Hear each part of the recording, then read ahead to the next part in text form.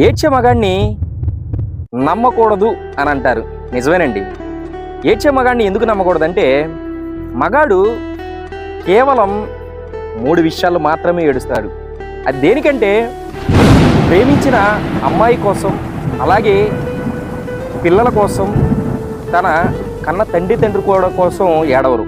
కేవలం స్నేహితుల కోసం మాత్రమే ఏడుస్తారు. ఇందులో పెళ్ళైన తర్వాత భార్య భర్తలు ఇద్దరు గొడవపడి ఇద్దరు విడిపోయిన తర్వాత భర్తని పిల్లల దృష్టిలో ఒక శత్రువుని చేస్తున్నారు.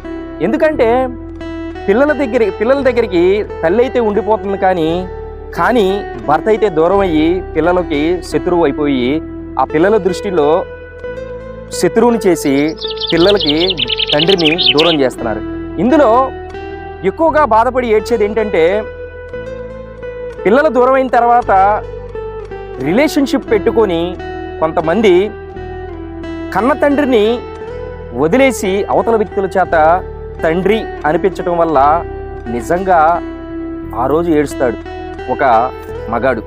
అదే అంటారు, కన్నాళ్ళు పోయి బయట వాళ్ళు అయిన వాళ్ళు అవుతారు అని చెప్పేసి బ్రహ్మంగారు ఊరకనే అనలేదండి. అందుకే ఒకటి చెప్తున్నాను, ఏడ్చే మగాడిని నమ్మకూడదు అని అంటే నిజంగా నమ్మకూడదు. ఎటు పోవాలో అర్థం కాదు, ఏం చెయ్యాలో అర్థం కాదు. ఆడదాని తోడు లేనిదే మగాడు 10 రోజులు కూడా ఉండలేడండి. అందుకనే ఏడుస్తూ ఉంటాడు, ఎవరికి చెప్పుకోలేకో.